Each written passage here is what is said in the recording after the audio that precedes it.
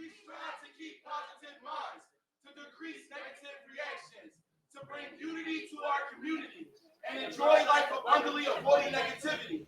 And why do we do this? To bring smiles to the hearts of our neighbors and to be role models to others. Ready? Arms down. Ready? Arms down. When I say positive, y'all say movement. Positive. Movement. Positive. Movement. When I say positive, y'all say movement. Positive. Movement. Positive. Movement. Now when I say who you rocking with, y'all say P-M-E. Who you rocking with? P-M-E. Who you rocking with? P-M-E. Who you rocking with? P-M-E. Who you rocking with? Who you rocking with? Who we tell them? Put down the guns and pick up some drums. Put down the guns and pick up some drums. Put down the guns and pick up some drums. We said put down the guns. Who you rocking with? P-M-E. Who you rocking with? P-M-E. Who you rocking with? P-M-E. Who you rocking with? P-M-E. Who we tell them? Put down the guns and pick up some drums. Put down the guns and pick up some drums. Put down the guns and pick up some drums. Put down the guns. Who you rocking with?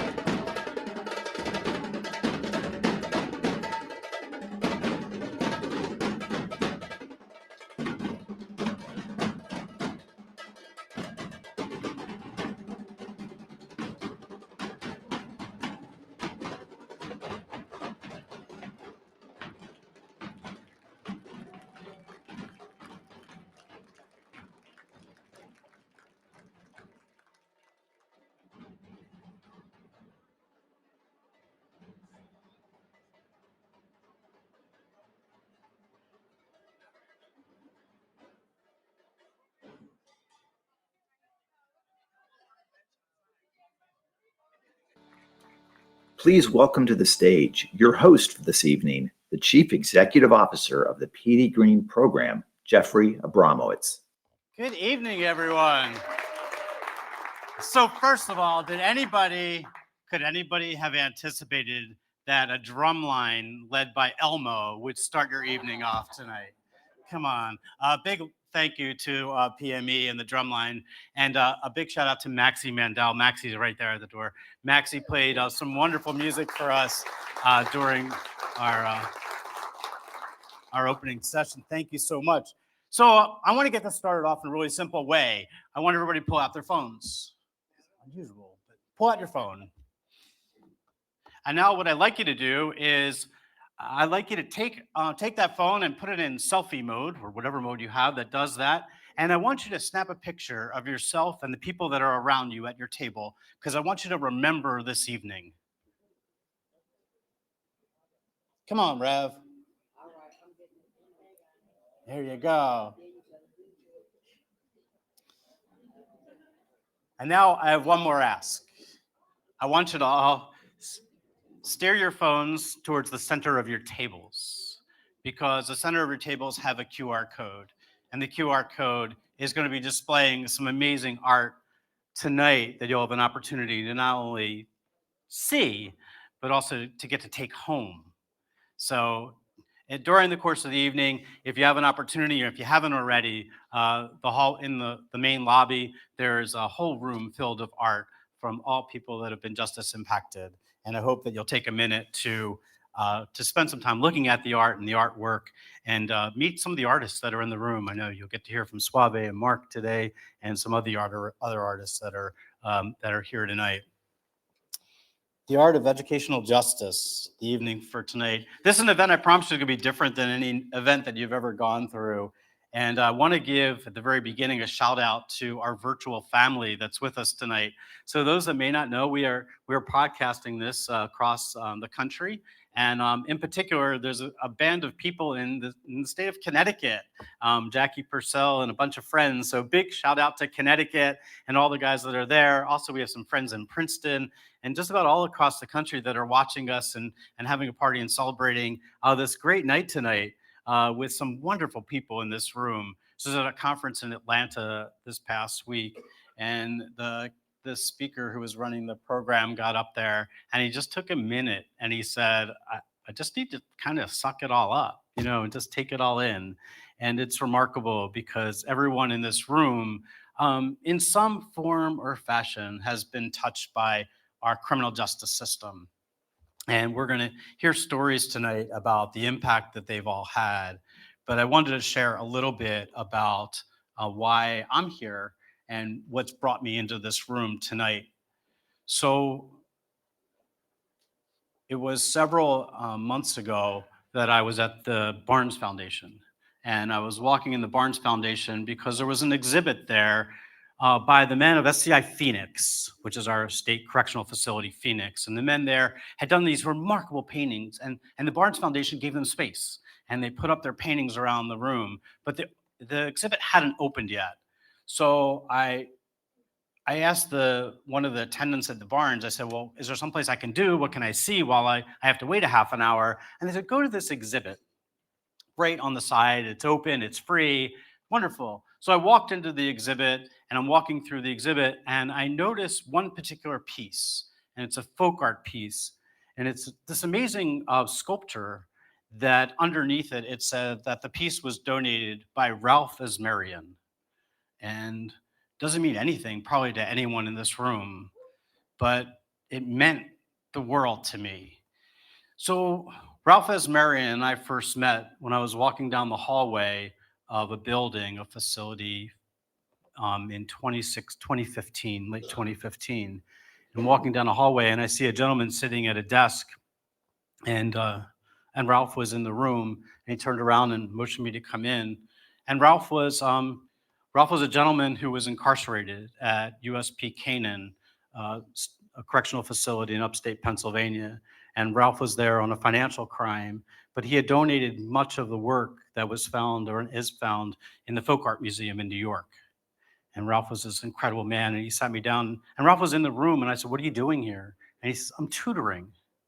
I said, "You're tutoring, seriously?" He's, "Yeah, I'm tutoring." He says, "It's what I do at the prison. I tutor." And Ralph sat me down and he began to talk to me about art and what he does. And Ralph and I became cellmates. So interesting, for those that may not know, I made some horrible choices in life that landed me in a federal prison that's actually directly across the street from this facility, at least to start, the Federal Detention Center. And that was in 2015. And I spent 5 years, served a 5-year sentence on a crime which I accepted responsibility for. But the challenges became very real to me. And going inside that day and going inside of the prison, I began to understand and see a world that I had never seen before. Ralph and I became best friends, and Ralph's love and passion for art was something that I needed to understand. I didn't understand till Charlie Garcia got involved. I was walking down the hall one day in prison, and Charlie was in there, and he said, "Mr. A," they all call me Mr. A in prison because no one could say my name right. And they said, "Mr. A, come on in." And they said, "We're going to paint today." I said, "There's no way we're painting today." The last time, I couldn't crayon within the lines in kindergarten, let alone paint with a brush or anything, made anything look like art. And he said, "No, come on in, Mr. A, and paint." And I walked into the room and Charlie said, "Here's some paints." And I said, "Well, what do I paint?" And he said, "Whatever you want to paint." I said, "I have no idea. I haven't never painted in my life." And he said, "Well, just pick a book out and go to a picture you like and paint it." And I said, "All right, it sounds kind of simple." And I pulled a book out that Ralph had given me to read, and I turned the page randomly, and it was a picture from Leger, and painted that Leger picture. And that picture was the very first time I had ever painted in my life. I can tell you that for the hour and a half or 2 hours that first time, I was someplace other than prison. I was someplace outside of where I knew I needed to be, outside of my family, but in a world that I had never explored before. And for men and women that are just as impacted, that are doing art inside of the walls, is one of the only places that they can go to that's their space. That's a place that's outside of prison, that's they can create, that there's no judgment. There is just all creativity. We're here tonight to celebrate the work of many of the men and women that have been justice impacted and gone through the justice system. And you'll see their work out being displayed. The thing that you also notice, especially in the world of art, is that there's no black, brown, or white. There's no gender, and there's no disability or impairment. There's no religion, and there's no right, and there's also no wrong. There's only opportunity to express yourself with the potential of having an impact on someone else, and that's pretty incredible. Tonight, we're here to recognize and honor the students, volunteers, teachers, donors, board members, and the partners of the Petey Greene Program. We're also here to celebrate the work of three really special people: Suave Gonzalez, Mark Loughney, and the incredible Jane Golden. We're going to hear a lot from each of them tonight about their journeys. Next week marks the 1-year mark as the CEO of the Petey Greene Program. And I cannot tell you, and I think my partner Lisa, who is here tonight, will tell you that it is every morning I cannot wait for my feet to touch the floor and get to work, because the work I do is so filled with passion and purpose, and the people that I work with are so amazing. So to the Petey Greene staff that are in the room, big shout out. You make my job so much easier, and your work is so appreciated, and you are definitely changing lives all across the country.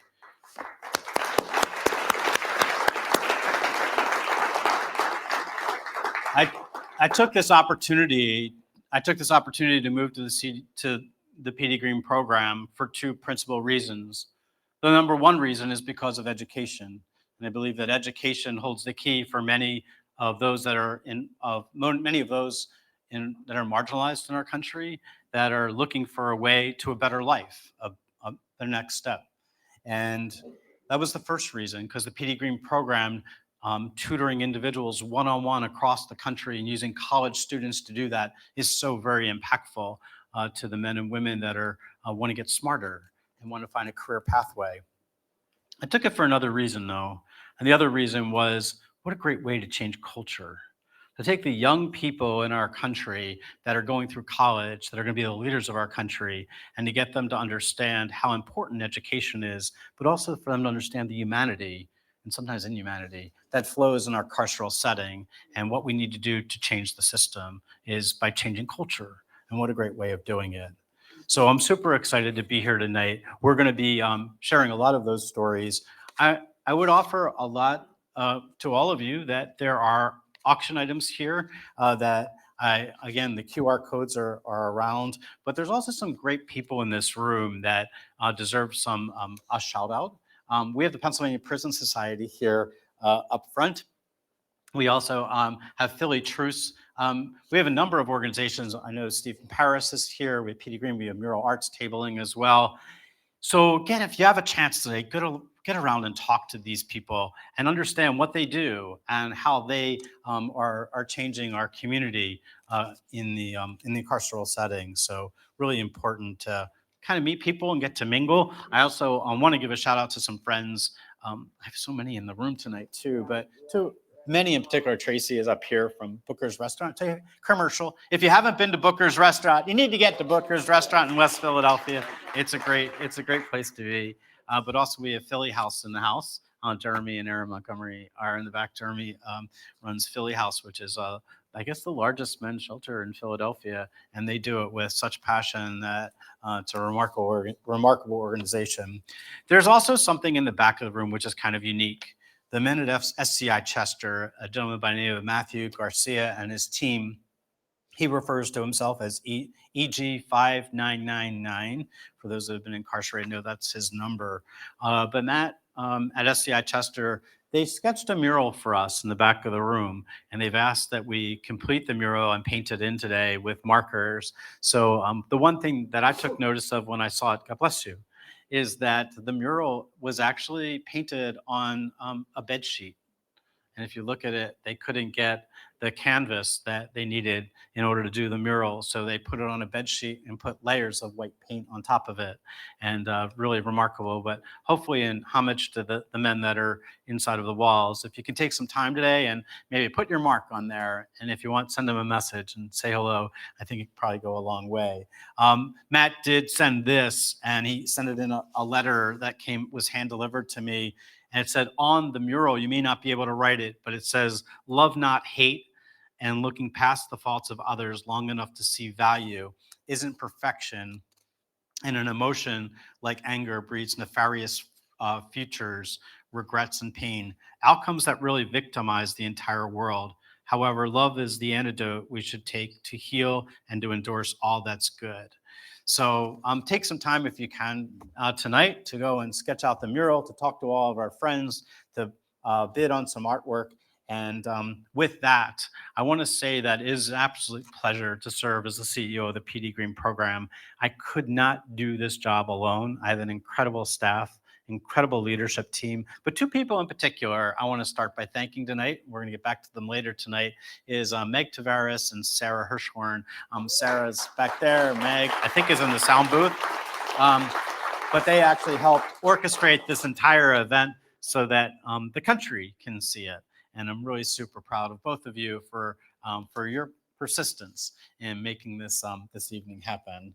So the next person I'd like to call to the stage is our Vice President of our Board of Directors, and also some regrets from our current board chair, Alec Decker, who was unable to join us tonight. But Jackie Kelly has been our board vice chair, and I will say that our board of directors, I've had an opportunity to get to know many of them, to actually stay with our founder recently in Mackinac Island, Charlie Puttkammer, who's amazing.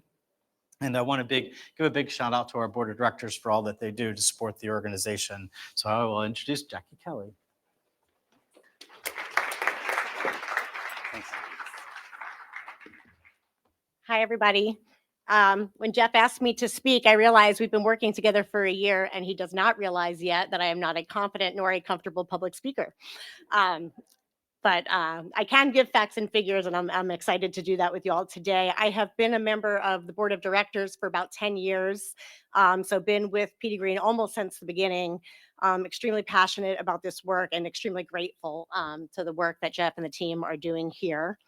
As Jeff said, we were formed in 2008 by Charlie Puckhammer and the Princeton class of 1958.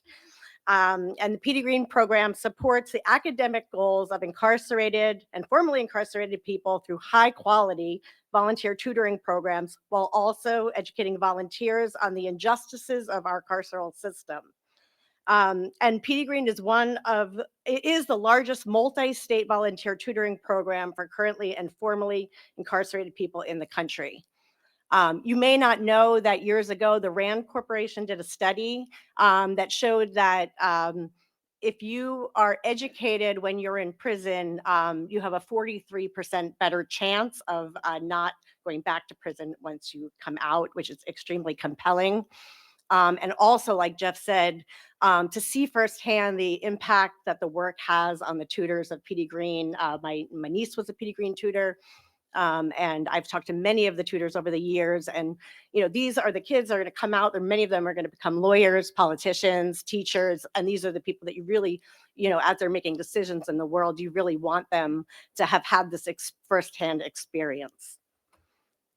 Today, we have served more than 17,000 students across the country.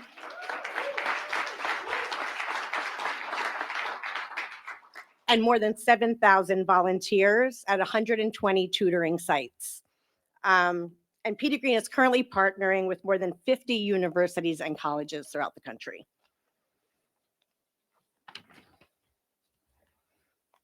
Our work has only just begun.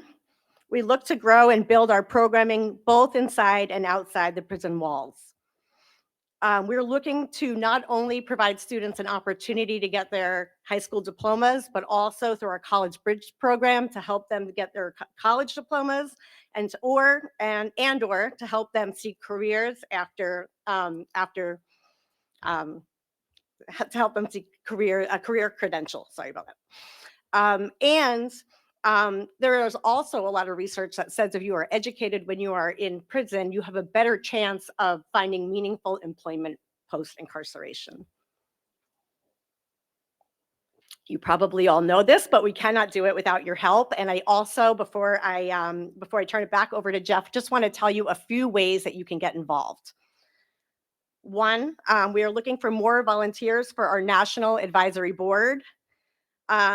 You can also participate for free in our Justice Education series, a series of webinars that talk about different issues that were related to incarceration. It's extremely compelling and powerful panel discussions from experts across the country. Of course, you can make a donation to help ensure that we continue to do this essential work. And we are extremely, extremely grateful for that. And the last thing is, if you leave tonight and you think of a few people in your networks that should know about the work of Petey Greene, please take the time while it's still fresh in your head to talk about the work that we're doing. Tweet about it, or X about it, or Instagram, all the things, all the tools at your disposal. But please help us spread the word, because it is only through that we're going to continue to grow. Thank you.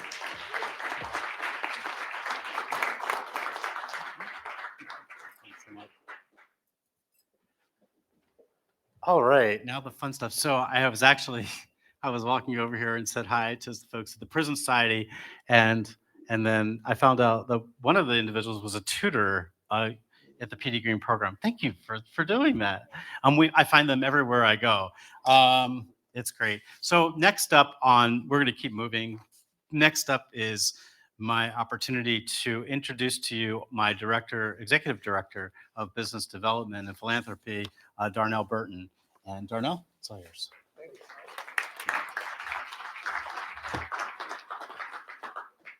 You guys got to clap a little bit louder for Jeff. Come on.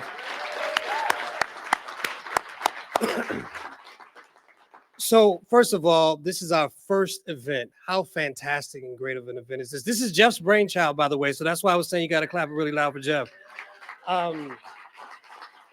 My name is Darnell Burton. I always like to start off. My first job is I'm a husband of one and father of three, but my second job is over here at Petey Greene. Little short story about me. Jeff found me because we were sitting on a board together, and he's like, Darnell, I think I need you to come help me do some work over here at Petey Greene and change the culture, what he was just talking about. And I was like, Jeff, no. And he called me again. He called me again. And what you guys don't know about me, I'm from inner city Chicago. I'm the only one of 12 people in my community to go to college. My cousin is currently serving 46 years in a max prison in Illinois. My uncle served 2 bids, and another friend of mine served 15 years in prison. And so while I myself was wonderfully a college graduate and all those wonderful things from inner city Chicago, literally adjacent to me were people who I love and care about who are just as impacted. And I wish there were opportunities, but now there's opportunities like this at Petey Greene for those folks. So thank you again for coming. Like I said, what a wonderful evening. Jeff, I'm going to echo something that you talked about. My team, Meg and Sarah, please stand up so people can see you. Please stand. Where's Meg? Where's Meg? Did I miss? There's Meg back in the corner. Look, none of you would be here. This wouldn't be possible. And let me tell you why this is important. We just did a 5K where we 3x the amount that we raised last year, Jeff. And literally, what is this, 3-4 weeks later? We are doing this. And how significant is it that we had over 145 people sign up, and many of you guys showed up tonight. So give yourselves a round of applause. And again, thank you very much for that. So really tonight, I'm supposed to be introducing someone, but look, I am the chief fundraiser. So if you see me coming towards you, do not run away. I promise you, I will ask you for something. It may just be a handshake. It may be a conversation. But seriously, there's 3 things I like to talk about: time, talents, and treasure. You have time. And if you don't have time, you have talent. And if you don't have talent, you have treasure. So you can give to us one of those 3 ways: time, talent, treasure. So don't run away from me. I promise I'm going to speak to you this evening, but we really do thank you for coming this evening. But my main job tonight is to introduce the division manager for Philadelphia, Miss, look, where did I go? Fiona. I'm trying to read your bio. It's so big. Hold on one second, because I didn't want to forget anything. Okay, I'm scrolling. Why did it kick me off, Fiona? Fiona. Now I can't find you. There you go. All right. Fiona stepped into the role of the Philadelphia division manager in 2023 after spending her AmeriCorps service as a volunteer coordinator for the region. But that is not her journey with how her journey with PGP began. As her most notable experience is undergrad years at Harvard, where carpooling every week with her roommate to tutor at SCI Chester. Her experience tutoring with PGP ignited her passion for education justice, which is why she's so excited to help support PGP's programs in the Philadelphia area, jails, prisons, and reentry programs through recruiting, placing, supporting, volunteering tutors throughout the city. Fiona brings a strong history of nonprofit work to PGP, having previously worked with the Relief Foundation as their head of marketing and Girls Inc. Philadelphia as their program facilitator. Fiona graduated from Haverford College in 2022, where she majored in anthropology and health studies. And while at Haverford, she competed on the women's basketball team. Round of applause for that. And captained the track and field team. Okay, everybody clap for that. That's fantastic. As a South Jersey native, Fiona is a lover of all things Philly sports. I like the Eagles too, even though I'm from Chicago. And she is constantly looking for new books and playlist recommendations, and is very excited to be continuing her journey here with the Petey Greene Program. I'd like to welcome up Fiona. Thank you, guys. Don't run away from me.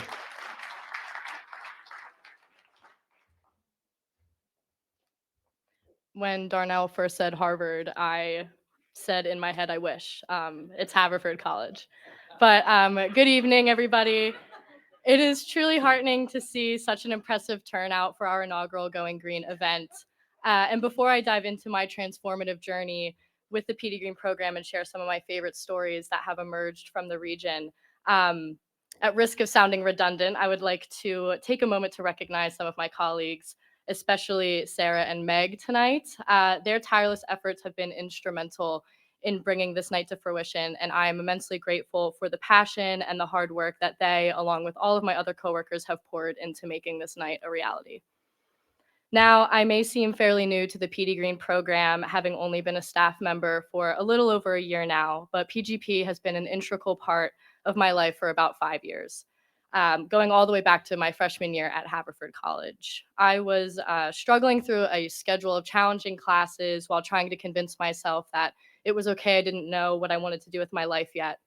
A part of my struggle was the fact that I had French class at 8 a.m. Monday through Friday for the entire first year of college, which seems a bit cruel in my opinion. And my suite mate had Fridays off. Um, but a few weeks into the fall semester, I noticed that she was getting up with me at the crack of dawn on her day off. And I remember questioning her sanity one day in the bathroom for not taking advantage of her free Friday.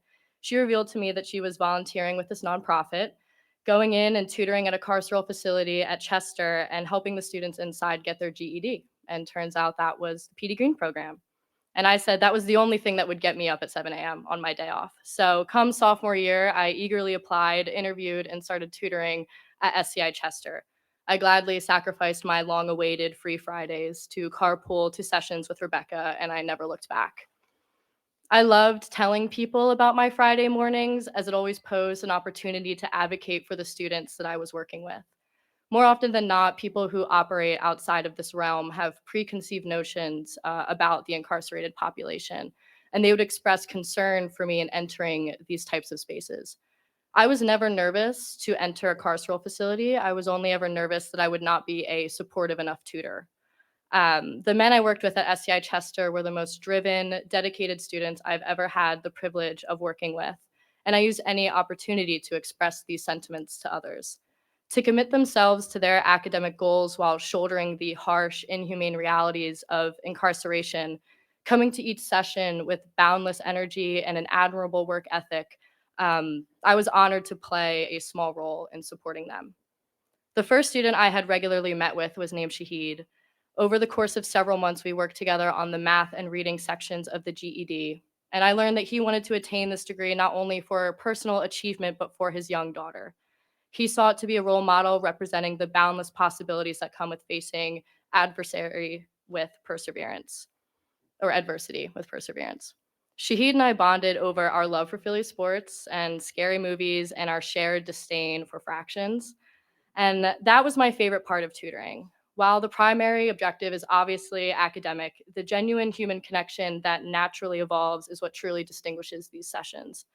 Many students have expressed that coming to tutoring is the one time a week where they feel genuinely seen, acknowledged not just by their last name or their assigned number, but as individuals with unique experiences and narratives, restoring a sense of autonomy through education. On our last day of tutoring before spring break, Shahid revealed that he had passed the math section of the GED. He kept his test date a secret because he wanted to surprise me, and the joy that I felt was, quickly washed away because I went to go give him a hug and I was yelled at because you're not allowed to do that in prison. But it really stuck with me. And the next week, COVID hit, and I never got to meet with him again. And I think about him and his daughter a lot. I'm not exaggerating when I say that the experience I had as a tutor at SCI Chester transformed my college experience and my post-grad life. After being introduced through Petey Greene to the concept of education justice, the pervasiveness of the carceral state, and the inherent justices that follow, I ended up majoring in anthropology, taking a plethora of courses centered around prison abolition and human rights. I landed an AmeriCorps fellowship after graduation, where I basically demanded to be placed at the Petey Greene Program as their volunteer coordinator for my year of service. And I remember when I was interviewing for the position, I asked if I could still tutor alongside my duties as a staff member. I was able to tutor at the Federal Detention Center, working with one female student whose eyesight was so poor that she required surgery and specialized glasses, which were not provided by the facility. But every week she showed up with a magnifying glass to help see the math problems because she was determined to get her GED before she left. I distinctly recall feeling panicked as my fellowship year approached its conclusion, reluctant to part ways with PGP. It felt like fate then that an opportunity materialized, allowing me to stay on board and step into the role of division manager. This was really made possible through the unwavering support of Jeff and my former supervisor, Marie. Their encouragement and belief in my capabilities transformed what seemed like an impending farewell into a new chapter. In my role as a division manager, I've had the privilege of collaborating closely with some exceptional organizations like Beyond Literacy and Philly Connect and PAN, Philadelphia Anti-Drug, Anti-Violence Network. I'm also working with FDC and SCI Chester and soon SCI Phoenix again. I've worked with dedicated volunteers and motivated students. It feels as if it were just yesterday that I was driving to SCI Chester with Rebecca, and now I find myself at the helm. My aim is to instill in others the same sense of excitement that I experienced every Friday, fostering a collective enthusiasm for the impactful work that we undertake. I would like to conclude by recounting a touching full circle moment that occurred a few months ago, reinforcing what I've long understood about the profound impact of the Petey Greene Program. I was invited to table at SCI Chester's annual career fair to remind everyone there that they have the right to access our tutoring services. During the fair, my table was approached by a man who excitedly exclaimed, "Petey Greene," with a very warm familiarity. Intrigued, I inquired about his connection to us, assuming that he was a part of our current tutoring cohort. He dove into the story of how he wanted to apply for a steel cutting apprenticeship, which upon his release would lead to a permanent job in the field. He got through the application process and was in the final interview, passing with flying colors, he said, until the interviewer mentioned that he needed to be familiar with geometry. He said his heart immediately sank. He is dyslexic and school was always a struggle for him. He was never supported from a young age to overcome this or learn how to work through it, and so he had no confidence in this realm. He was able to attend tutoring with Petey Greene alongside the GED students to brush up on his math skills since it had been decades since he was last in school. I asked him what year he attended tutoring, and when he replied 2019, my head started spinning. I excitedly revealed that that was the year that I began tutoring, and he said, "Oh, you must remember me then. I was the student who always brought his dog." SCI Chester had a partnership with a local animal shelter that allowed the men inside to foster dogs for a period of time in order to train them, which in turn made them a lot more likely to be adopted, which I found to be a very beautiful symbiotic relationship. And that small piece of information opened the floodgates, and it was like I was right back in the classroom. Piecing together that he was a student in 2019, studying for an apprenticeship, and always brought his dog, I was prompted to ask, "Do you remember if your tutor's name was Rebecca Chen, my old roommate?" His eyes lit up and he answered yes. I asked him what his name was, and he replied with Mason, and everything clicked into place. I was so excited to tell him that on the car ride home every week, Rebecca would rave about her student, Mr. Mason, how every session he came to tutoring extremely motivated and excited to get to work. She would say that almost sometimes he was too excited and she could not understand how someone could have so much energy at 8 in the morning. I revealed that Rebecca often said that he was the most dedicated and diligent student she's ever worked with. And the fact that I remembered these sentiments almost 4 years later was only a testament to that. Mr. Mason got visibly emotional, and it was about 30 seconds before he was actually able to speak. And he said, "I feel so lucky to have run into you today. Please extend my most sincere and heartfelt gratitude to Rebecca. Petey Greene was there for me during a very dark and frustrating time when I didn't think I could do anything with my life." Throughout our exchange, there were several moments where he needed to collect himself. And this display of vulnerability, inside a prison in such a vast, filled auditorium really resonated with me. And the reconnection unfolded like a scene from a movie. Like I mentioned earlier, tutoring ended abruptly when the pandemic struck, preventing us from saying goodbye to the students that we had been meeting with for months. Rebecca and Mason had made huge strides together, and there was never any closure. I went on to tell him that Rebecca is now at Mount Sinai studying to become a doctor. She actually wrote about her time tutoring with him in her med school applications, and that experience, as that experience greatly impacted her as much as it did him, again, inspired by his grit and tenacity. Learning that Mason ended up successfully qualifying for his apprenticeship, ensuring a future in steel cutting upon his release, spoke volumes about his diligence and the invaluable support he received from Rebecca. Reconnecting with him was a stroke of luck, allowing me to convey the depth of his impact as both a student and a person, and he seemed so glad to have had the opportunity to express how grateful he was for Petey Greene. When we shook hands and said our goodbyes, he said, "I am going to be smiling from ear to ear for the rest of the day, and when someone asks me why I'm so happy, I'm going to say Petey Greene." So I just want to say thank you to the Petey Greene Program. I started this journey at 18 with no direction, and now I am fueled with such a passion for this work that it's really hard to imagine my life without it. So yeah, thank you.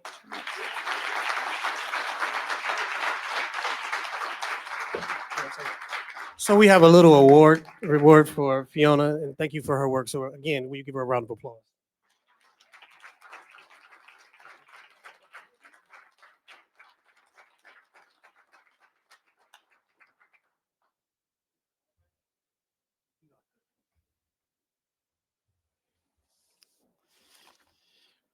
Wow, that's pretty amazing. I'm not going to read her speech again. I'll put that down there. There you go. So I have the pleasure now of presenting a good friend, a special recognition, Suave Gonzalez. Suave, before you come up, he's going to be receiving tonight the Catalyst of Creativity Award. Suave, the first thing I did when, besides Googling you, was in preparation was to look at something that I had actually seen before. He had a quote, said, "I use art as a tool to break down the fear and chaos of my environment with the hope of creating a kinder world." Suave grew up in South Bronx and enjoys recalling New York City as his place of graffiti and igniting the fire in him for the love of art. And you'll notice his New York hat, which is green, Petey Greene, of course. As a teen, Suave was sentenced to life without parole and a maximum security facility. Like many, including myself, art became a coping mechanism for his escape of the harsh realities inside of prison. Suave used what he had from brushes, crayons, pencils, and I imagine ramen noodles as well, to do what he could to make art while he was away.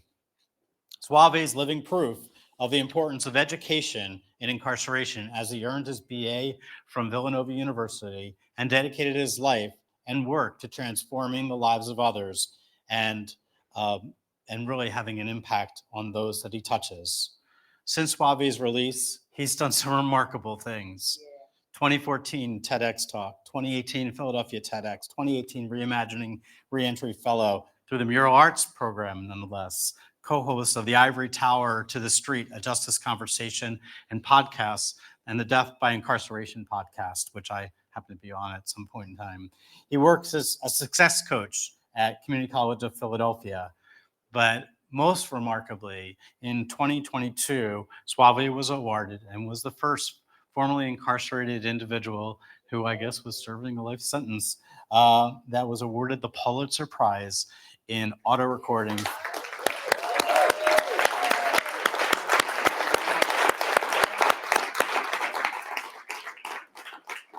Suave was described by the Pulitzer judge as a brutally honest, immersive profile of a man re-entering society after serving more than 30 years in prison.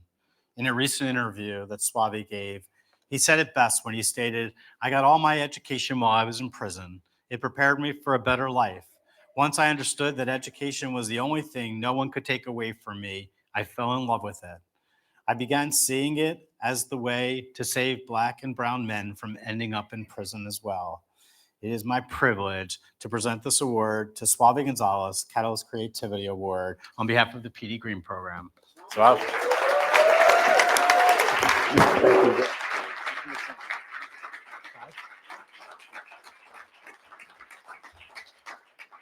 Dang, you did your search, bro. But first, I just want to thank the one person that I really owe my art career to. That's Jane Golden. A lot of people don't know that I was in Gratisford prison, and the prison banned the media from coming in. So we decided to get Jane up to SCI Gratisford and convince her that we deserve a chance to paint a mural outside of city limits. And we painted a mural. We kept delaying it. And James said, "Why you don't finish this mural?" I said, "Because if we do, you might not come back." Because a lot of time people go into the prisons, take the ideas and the program and leave. And she was like, "Y'all got to finish this project." So we finished the project. And then she bought another project for a school. We finished that one too. And then the artist left the mural in the van, and the van got stolen with the mural. So we told Jane, "Don't panic, don't worry about it. We're gonna get it done." And we got that second mural done in less than a week. We did it. because I thought it was important, and the guys in SCI Grattisville thought it was important that we have to do that because it was going to a school in our community. And we wanted to send a message that we could do this. You know, my journey began when I was 17, incarcerated. I went to jail with an IQ for 56. I didn't know how to read and write. I ended up in solitary confinement. Another gentleman showed me how to read and write. I used to give him cupcakes. He used to give me words. So I told him when I get out solitary confinement, I'm gonna get my GED. I tried 7 times. I got it. I don't do math. So I got a calculator today. So got my GED, enrolled in a college program. I didn't know it was part-time studies. Took me 16 years to get my BA because it was part-time study. But in my mind, I'm like, I ain't going nowhere. Got a life. I might just get it completed. And people used to laugh at me. Why you want that education for? And I used to tell them, because if that door opened one day, I want to be ready. That door opened for me. I wanted to be ready. That door opened for me on November 20th, 2017. My anniversary coming up, right? And when I got out, my first job was crazy. Was working at the 25th district as a case manager. And I looked around and I was like, nah, this ain't for me. I mean, it was a great job, but it wasn't for me. I wasn't ready for it. And then I discovered the phone, learned how to work it. Took me like 6 phones. And then I discovered this thing called podcasting. I started reading about it. I left my job and took a job with a radio station somewhere in Kensington in a warehouse. And I told the guy I work for free. I just want to learn the system. And then I started recording my story. I started putting it down because I believe that nobody should be telling my story. I own my own narrative. I learned that from Jane Golden when she used to tell us we got to do community meetings. And she used to bring all these people in and have us do these community meetings. So I said, I want to do my own story. And people used to tell me, nobody want to hear another prison story. I said, it's not another prison story. It's my story. So I recorded it. We recorded it. The pandemic hit. My production team was panicked. I'm like, chill, man. We good. We released the first episode. It was like 50 listeners. I'm thinking this is major. Oh my God, 50 listeners. Our second episode had 150 million listeners. You heard it right, 150 million. And then people started calling, NSNBC, NBC. I was like, what the heck going on? So one day I'm in my office at community college and I see the president, I see the vice president. I'm saying, oh, I'm about to get fired. Something's going down because I had a job before where they hired me. Then they went into the background. Oh, you've been incarcerated. We got to rescind the offer. I was like, oh, here we go again. They tell me, have you watched CNN? I said, no, not lately. I ain't been on the news lately. They was like, you should put it on. I was like, no, for what? You just won a Pulitzer Prize. I was like, okay, what is it? What is that? I didn't even know what it was. I didn't even know I was being nominated for it. That's the beauty of it. When I did my podcast, I did it because I wanted to send a message to people that juveniles do not belong in prison with grown folks. That's the message I wanted to send. I wasn't chasing no awards. I didn't even know what a Pulitzer was. A month later, I get a phone call. You just won the Ideator Award, which is like the equivalent of an Oscar for podcasting. And I'm like, okay, what is it? Now I'm researching. I got my students helping me. But I'm saying that to say this. Somebody gave me an opportunity. Her name is Maria Hinojosa. She believed in me. World-class journalist said, you could do this. You don't need me. You could do this. The same way that old man that I ain't even seen his face for 10 years in solitary confinement showed me how to read, he gave me an opportunity to see the world different. Because when I learned how to read in prison, I wasn't in prison. Physically, I was, but my mind was free. I was free. And people laugh like, you want to learn how to read as an old man? Yes. Because now I can read the letters my mother wrote me. Now I can write people back. Now I probably could get out of jail. And in the process, I became a pretty good writer.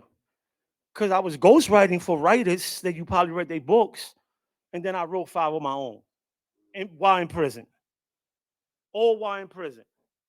But I still wanted more. When people was telling me you would never get out of prison, you are going to die in prison, I used to tell them, oh, let's see. Because in the prison, they had this thing where when you die, they put your picture up. They used to call it the wall of shame. And I was like, I ain't going to be in that wall. Ignorance put me in prison. Education is going to get me out. And people laugh. I said, I traveled the country today. I've been to probably every major college today. And I always tell people I got my education in prison, Villanova University. They was like, you got that in prison? Yes. Yes. There's nothing wrong with it. It don't matter where you get educated at. As long as you get it. To me, it don't matter. I got it. What the Philadelphia public school and the New York public school couldn't do, prison did for me, which gave me an education. And if it wasn't for my education, I would not be here today. I would not be. Like I was telling Jeff, sometimes we come out of prison, we want to get away from that label because it's always you formerly this, formerly that. I'm not. I am proud to stand up here today and tell you, yes, I am a formerly incarcerated person, and I am the first formerly incarcerated lifer to get a Pulitzer Prize. The door is open. Who's next?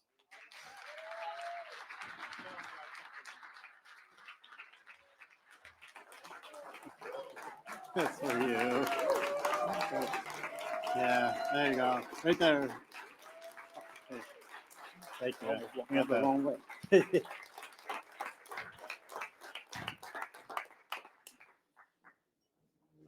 Wow. Just amazing. Just amazing. I will say I've known Suave for a little bit. He's the one thing he didn't tell you that I recently found out was next week Suave is headed to California, and he'll be signing a contract for the rights for his movie, which will be out. So congratulations. So I have the privilege of introducing the next honoree, Mark Loughney. Mark and I met at the Barnes Foundation the night that I was there for SCI Phoenix. And in 2012, Mark was sentenced to 10 to 40 years in prison, and he was released in July of 22. While incarcerated, Mark drew 825 portraits of his fellow prisoners at a project titled Pyrrhic Defeat. His work focuses on the absurdity of locking away millions of people in the name of a better world. Mark has made thousands of conceptual drawings and paintings in his 10 years in prison. He's been featured in, and listen to this, the New York Times, The Atlantic, The New Yorker, Forbes, Auto Forum, Paris Review, NPR Books, magazines, galleries, books, dive bars, and museums. He's had solo exhibits in museums all over the world. And most recently, he's been on exhibit at MoMA in New York. Mark is just an unbelievable artist and a remarkable person. The night after Lisa and I met Mark, I said, we need to see more of your work and learn more about what you do. And I said, meet us for dinner. And we went out for dinner with him and his partner. And we went right to his studio that night. And we got to see a number of the pieces that you saw and that are being auctioned off tonight in the gallery. So please, the one that I think is the most striking is something that many of you don't know, is what Petey Greene looks like. He's in the center there. That's Petey Greene. Petey Greene was a disc jockey in Washington, D.C., and his passion was filled with working with men and women that were incarcerated. And Mark painted that, and it's a large painting that's in the exhibit hall. Check it out. So with that, I'd like to introduce you, Mark Loughney.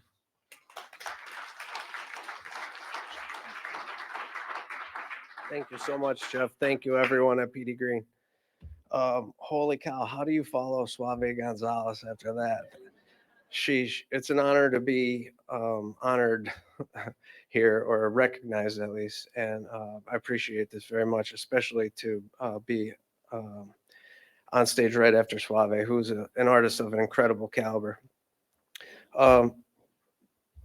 a chain of events happened that brought me here tonight. I did 10 years in prison, and while I was there, it was education that led me to a book called The Rich Get Richer and the Poor Get Prison, which was the catalyst for a portrait project that I do that ended up bringing me to Jane Golden, who, when I was about to be released from prison, it was Jane Golden from Mural Arts and Sean Kelly, who was at Eastern State Penitentiary at the time, who were on Zoom calls with my mom, helping to arrange things to get me out of prison. And it was through a Mural Arts event that I met Jeff, and that's how I got here tonight. And so recently I had a conversation with someone who I know to be quite conservative, and we're talking about recidivism and what works and what doesn't work. And he agreed that it was education that is the main thing that can be done to make communities safer and to lessen recidivism. So it's just amazing to see the work that Petey Greene Program is doing, and big thank you to everyone here and everyone at Petey Greene. Thank you, Joe. Got a picture? It's for you. Thank you. You're welcome. There you go. Thank you. So what Mark, he's humble. What Mark didn't tell you was that Mark's portrait project that he's done of the 836 people now is on the walls of the United States Department of Justice in Washington, D.C.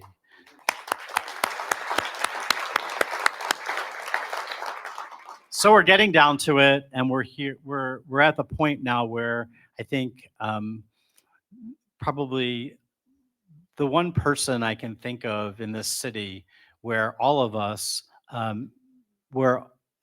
impacts us every single day. We drive around this city, we walk around the city, we are sometimes even flying around the city. And the one thing that we can notice is that we have these murals that grace our wonderful city of Philadelphia. And it's all the result of the amazing work of Jane Golden. Over the past few years, I've traveled the country, and I've been to many of our big cities. And in each city, you see murals on the side of buildings. And I will tell you firsthand that none of them compare to the work that we've done here in Philadelphia through our Mural Arts program and the wonderful work of Jane Golden and her Mural Arts team.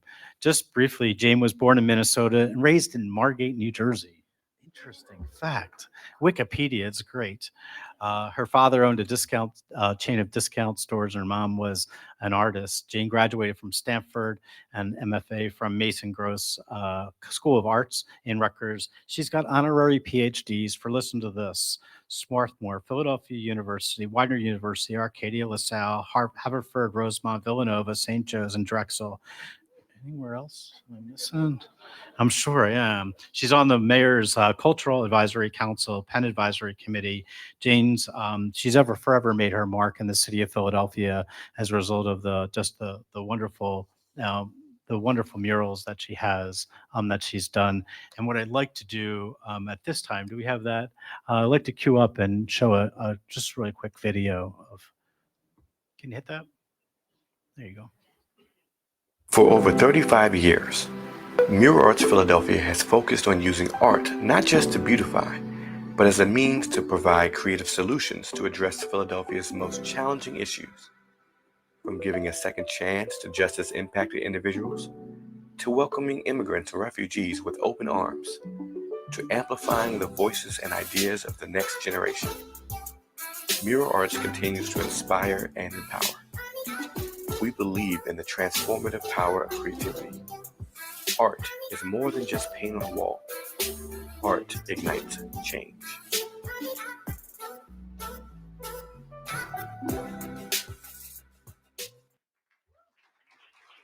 It's my absolute pleasure to present to you Jane Golden. For over 35 years, Mural Arts Philadelphia has focused on using art not just to beautify.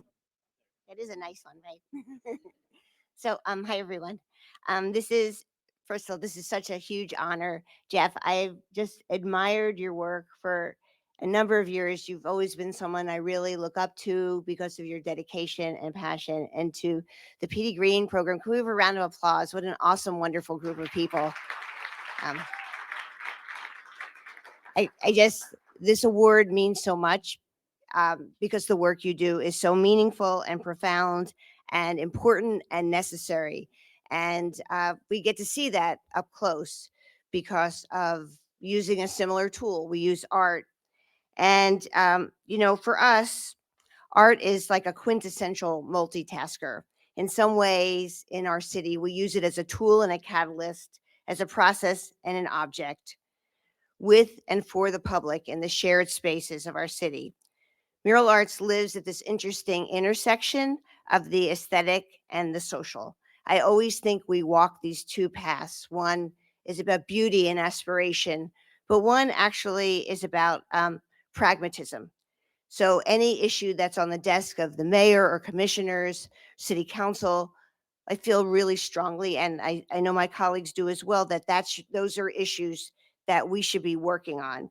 And I think that tonight I want to talk about the art, but I want to talk what's beyond those images. I think that murals are more than a pictorial representation of memories and dreams, our heroes, our struggles, our triumph. And you go around the city, there are 4,000 works of public art or more. And they're beautiful and they're uplifting. And in essence, they are sort of a visual map of human experience in our city. I often say that they're like truly the autobiography of the city, because it doesn't matter what neighborhood you go into, you'll see a work of art that resonates with, that connects with, that represents the people who are there. I've even had people from other cities, after they take a tour, look at me and say, I can't believe it, the murals look like people who live here. And I'm like, well, we wouldn't have that any other way. But to some cities, that's surprising. But here, it's absolutely necessary. And whether the project is simple or complicated, the work is a synthesis of individual and collective experiences. And it's a testament to the power of the artists, community members, and our participants to work together and represent what is meaningful to them. So there's the work, and then when you go like this, what's beyond it is deep and profound and meaningful and rich and represents our city. Creating a work of art starts well before the paint is applied to the wall, and it lasts long after the artists clean their brushes and there's a dedication.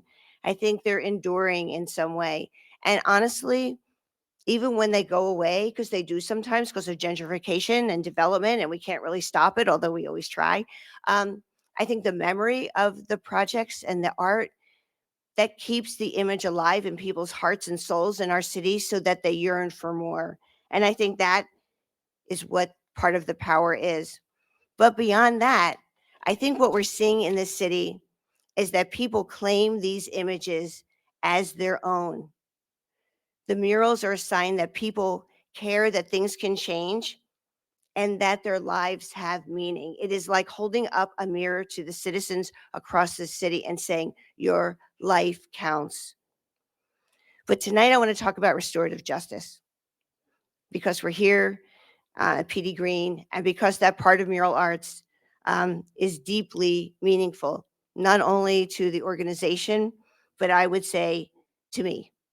I think that working in this area really changed me profoundly. In 2002, we started to expand our work. We were working then, it was under, I think John Street was mayor. We started expanding our work with major departments in social services. And we started working in the county jail, and we got a call from the art therapist at Graterford Prison. And he said, I'd really like you to come out and give a presentation. So, I'm like a person who like never says no. But I thought I wanted to say no, but then I thought, no, I'm not going to say no. I'm going to say yes. We didn't really work with adults. It was a little out of what we did. So, but I thought we are starting to work in this area. So we went out. It was at night. We got lost. We finally got there. And I just remember walking down this long hallway. I think it's 400 yards. And the art therapist looked at me and he said, you're going to be stunned when you see the artwork. Creativity, it's like the wildflowers that grow in vacant lots. You can't stop it. They will always bend towards the sun. And I thought, oh, that's so interesting. But I felt myself. I felt how skeptical I was. I felt my own bias.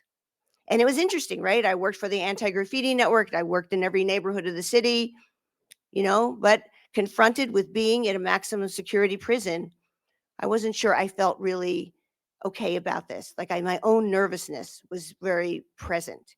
And then I walked into this room and I met, I don't know, maybe 30, 40 men. They had their artwork up and the artwork was really beautiful.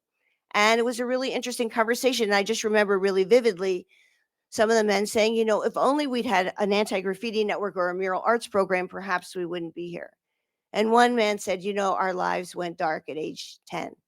I remember driving back to Philly and like thinking and reflecting on the young people that we work with and thinking of them with the lights out.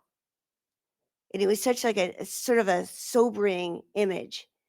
But I didn't have to think about it too long because then I got another call from the art therapist again. He said, we'd actually like you to come back. We'd like to do a mural. So I was like, oh, well, I don't know. I mean, he goes, well, we got the grant already from the Pennsylvania Council on the Arts. So we're just going to make this really easy for you. So I was like, oh, okay. Of course, okay. So then we went back out and we brought some teachers and we started this project in the auditorium. And Suave, wonderful Suave, was right in his depiction. Well, first the men were sort of hostile, for real, and called me a tourist. Not we're sort of hostile, we're hostile. And I was like, a tourist? And they were like, yeah, like, people come in, they work here and they put it on their resume, they get a grant and then they're gone. And I was like, well, I'd like to think that I'm not that way because I'm a pretty tenacious. I sort of stick with things. And so we started this mural and then the mural never got finished. And we had a deadline from the State Arts Council. And I kept saying, you guys, and I was always like, you guys, there's a deadline. And then Suave said, we are sure if we finish this mural, you're not coming back. And so it really stuck with me. And then I said, well, what if I didn't go away? What if we stayed here? What would we do? And the men said, well, we would like to do murals. And so I was like outdoor murals. And they're like, right. And I was like, well, I think that's like over my pay grade to sort of get you out and do murals. And it seemed like a complicated thing to do, although it sounded like a really good idea. Yay. Everybody come with me. So Jane Golden. So and they said, they're so smart. They were like well-researched. They said, well, don't you work on some kind of cloth? Isn't that how the Dr. J mural was painted? And I was like, yeah. And they said, well, we could do murals. We could do murals inside. So I was like, well, that's brilliant.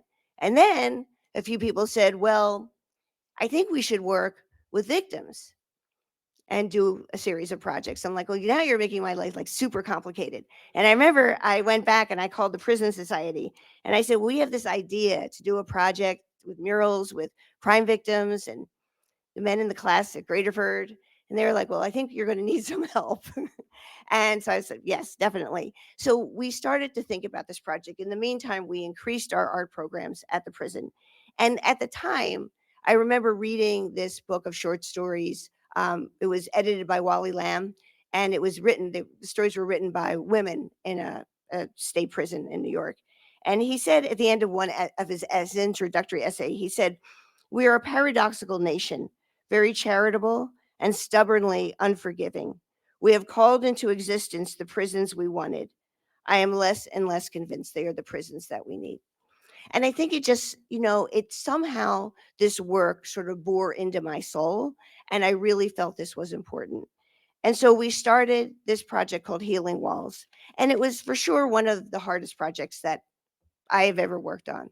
And, sometimes when you do things that are really difficult and everybody warns you that you shouldn't really do it, and then you do it. And what I've learned is you have to have the patience to sort of move through it and admit, like, some things and then you don't know some things. And how can you be clear about what you don't know? And how do you build a village around you of people who are knowledgeable? So we did turn to the Prison Society. Barb Taze was a mediator, and we brought in victims advocates, and we brought in victims. And the men came we probably had 30 men who were part of this.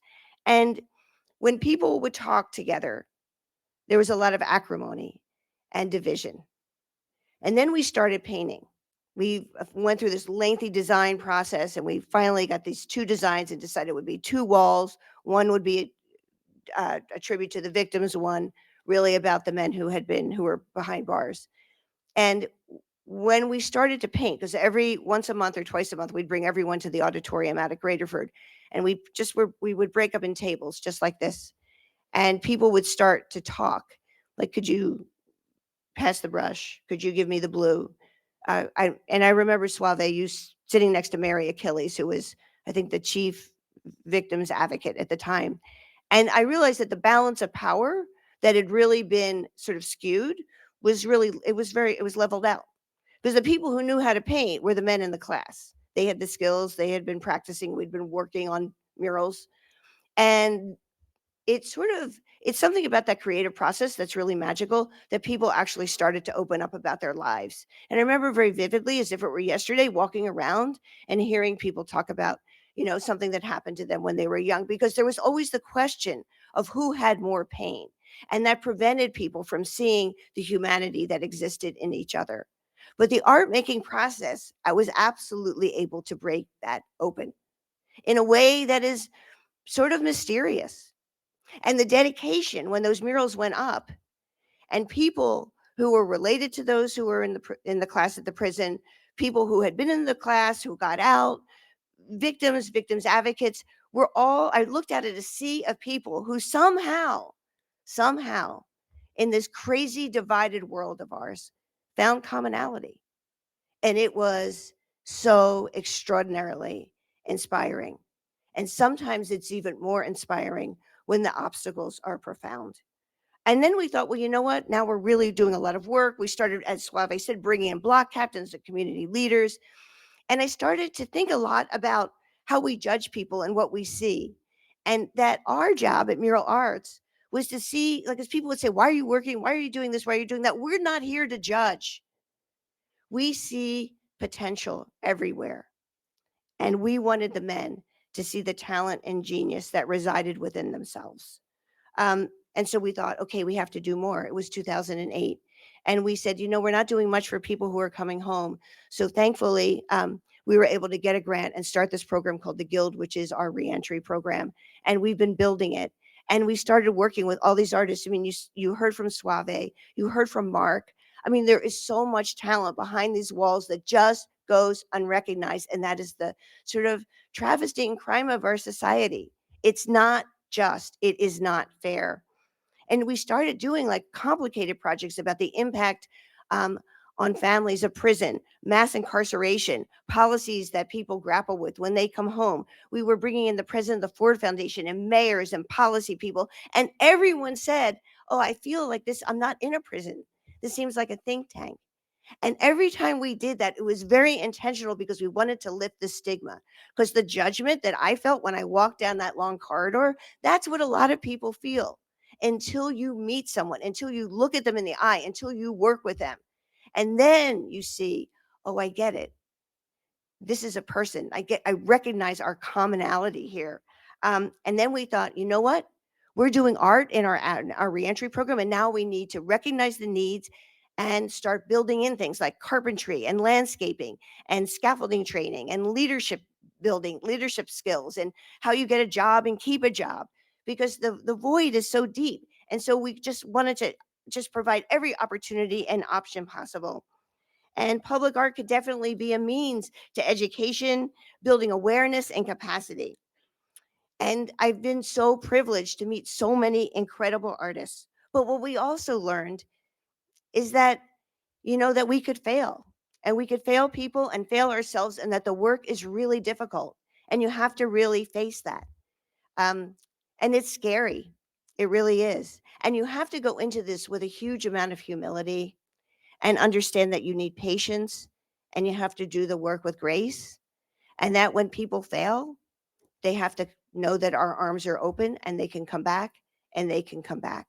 Because again, we've created a society that is punitive and unforgiving, and we have to walk this path of forgiveness and recognize the wonder that exists in people. So what have I learned from this? Well, I was able to reflect on my own privilege. There, but for the grace of God, go I. Who amongst us has not made a mistake? And at any given moment, that mistake could lead to something really bad and bleak, and maybe something that can't be changed. So many people in this class were and are facing life without parole. That's it. That's it. And so it very deeply affected all of us. I think that it taught us to be more empathic, to be less judgmental, and to try to advocate all the time to try to shift the paradigm, because that's what we need, so that you can provide beauty and it can be educational, and at the same time, it can help lift that stigma that hovers everywhere. I came to see the people that we worked with there as complex human beings capable of doing great good. Actually, people who are not so different from you and I. And I got to recognize that within each individual lies the possibility for growth and change, and the potential, as you saw with Suave, to make a huge difference in our world. And I saw firsthand how art can change people internally, because they get to see what they can do in very tangible ways, and how it can change how people see others, and how art can help connect people behind walls and people all throughout Philadelphia. And more broadly, we were able to take those lessons over the last 18 years and apply it to work we do in our Porch Light program, which is our partnership with the wonderful Department of Behavioral Health and Intellectual Disability Services, where we work with people facing housing insecurity and addiction and deep trauma, or in art education, where we serve thousands of kids, and I wish it was 20,000 kids, because that's what young people deserve in our city. Or our restorative justice program, where we've just been expanding and building out fellowships and programs for more people, and community murals, because we believe deeply that art is like oxygen and everyone everywhere deserves beauty, period, non-negotiable. The essence of art is its ability to engage us fully, to tap into our imagination. It challenges us. It makes us a better person. Sometimes art can ask us to think differently, to be open to another point of view and another person's perspective. It can be our teacher. It helps us celebrate, and I've seen it firsthand help people grieve. And sometimes, just sometimes, when we feel lost, it's like a flashlight that helps us find hope in spite of overwhelming darkness. Art can become a powerful sign, not just of the artist's skill, it's certainly of that, but of the will of individuals and communities to dig deep and wrestle with their own capacity to grow and change. Theology professor Maureen O'Connell says, she has this beautiful quote, "Murals proclaim, sometimes in a furtive whisper, barely audible, over the din of the neighborhoods, and at times in full-throated shouts, that social change begins when human beings defiantly refuse to accept the idea that nothing new is possible, because something new is always possible. Where some might say that faith is a belief in things unseen, I have found visual proof of what happens when people believe that beauty can actually save us from ourselves and from the harm we can do to each other. I often say that art ignites change, and I say that not because it's some pithy saying. I say it because I have seen it. I have witnessed it firsthand over 30 years of doing this work in the city of Philadelphia. And that is an honor and a privilege. It is absolutely humbling. And I want to say this award is equally as meaningful to me. Thank you from the bottom of my heart.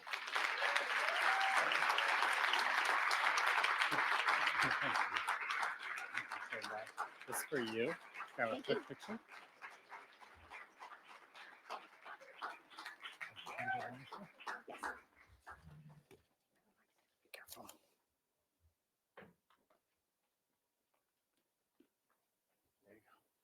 Don't forget your award. There you go. So we're almost there. And I just want to end with a few closing remarks. First is that we can't do the work that we do at the Petey Greene Program across the country without help. help of our volunteer tutors, of our volunteers, of our staff, but most importantly, people in this room. And it's not a matter of how much, it's a matter of anything, but any contribution you can make. You saw tonight some remarkable artwork that's on. I encourage you to get on and go and bid for some of the art. The artists that have presented their art for auction will all be receiving a share of the proceeds. It's important to know. I also want to mention that one of the the items that's up for auction is a walking tour with Jane Golden of the Mural Arts of Philadelphia. So get out your phones, check out the auction items, and in particular, that one I know is gonna go for a lot. I want to give a big shout out to our staff at the Petey Greene Program for wonderful, for all your efforts and for working tonight and for being as awesome as you are. Also want to give a shout out to Center City Film and Video, Joy Marks and Brian Isley and Denny, all the great people. They were instrumental in putting this whole project together for us and the show tonight. B&T Catering, if you haven't had the food, dessert's going to be served shortly. So I want to make sure you get out there. We are going to extend the auction a little bit because we got caught up tonight in here. Maxine Mandel, big shout out. Jackie and Joe Kelly, thank you so much for your support and your board support. Amy O and the Mural Arts staff, wow, thank you for helping us get this off the ground as well. Special shout out to the drum line. And I'd love to say that Mickey is going to be exiting us out today with like a drum line going out, but that's just not so. Want to give a shout out to WHYY and all of the artists that participated. There's two special people I need to call up real quickly. Is Meg Tavares and Sarah Hirschhorn. Sarah, they've both been so instrumental in getting this off the ground. Let's give them both just a huge round of applause. Come here. And come on up. Sarah, come on up. So besides some beautiful flowers, we also have a small token of our appreciation for both of you for helping us put this all together and tolerating me and my visions. So thank you. There's your flowers. There you go. Grab a picture real quick. There you go. All right. So we're at this point where I want everyone to do something for me. I want you all to rise. Everybody stand up. There's one wish that I want to leave for all of you tonight. A wish that you find purpose and passion that helps you get up in the morning with vigor, to find time to spend with your loved ones, to help someone less fortunate than you, to do an unsolicited act of kindness, to find that happy place that makes you smile and that person who makes your pain go away. Essentially, I want you to have it all.